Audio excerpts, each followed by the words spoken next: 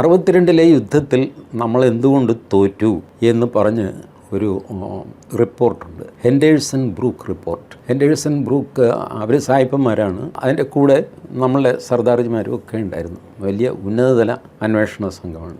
ആ റിപ്പോർട്ട് ഇതുവരെ പുറത്തുവിട്ടിട്ടില്ല. ഇത് കോൺഗ്രസ് ഭരിക്കുമ്പോൾ BJP നിരന്തരം ആവശ്യപ്പെടുമായിരുന്നു ഹെൻഡേഴ്സൺ ബ്രൂക്ക് റിപ്പോർട്ട് പുറത്തുവിടണം. കോൺഗ്രസ് പുറത്തുവിട്ടില്ല.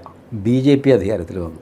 വാജ്പേയി അധികാരത്തിൽ വന്നു. ഈ ചോദ്യം നിരന്തരം ചോദിച്ചുകൊണ്ടിരുന്ന അരുൺ ജെയ്റ്റ്ലിയുടെ അടുത്ത് കോൺഗ്രസ്സുകാർ പറഞ്ഞു, ഇപ്പം നിങ്ങൾ പുറത്ത് വിടുക. ഞങ്ങളോ വിട്ടില്ല, ഞങ്ങൾ കൊള്ളില്ലാത്ത നിങ്ങൾ വിടുക. അരുൺ ജെയ്റ്റ്ലിയും വിട്ടില്ല. ഇതിൻ്റെ പ്രശ്നം എന്താണെന്ന് വെച്ചാൽ 62 നമ്മളത് ഒരു പരാജയമായിരുന്നു. നമ്മൾ തോറ്റു ക്ലീനായിട്ട്. ഈ തോൽവിയുടെ കാരണങ്ങൾ നാട്ടുകാരെ മുഴുവൻ അറിയിക്കേണ്ട ആവശ്യമുണ്ടോ? അതിനകത്ത് ജനറൽ എടുത്ത തീരുമാനം തെറ്റിപ്പോയി കാണാം, മേജർ എടുത്ത തീരുമാനം തെറ്റിപ്പോയി കാണാം, മന്ത്രി എടുത്ത തീരുമാനം തെറ്റിപ്പോയി കാണാം, VK കൃഷ്ണമേനോന് ഉത്തരവാദിത്വം ഉണ്ടാവാം, ജവഹർലാൽ നെഹ്റുവിന് ഉത്തരവാദിത്വം. ഇതെല്ലാം കൂടെ കിള്ളിപ്പൊളിച്ചിപ്പോൾ പുറത്തിട്ടിട്ട് ഇവരെയൊക്കെ നമുക്ക് നാറ്റിക്കുക എന്നുള്ളതല്ലാതെ പ്രയോജനം എന്താ?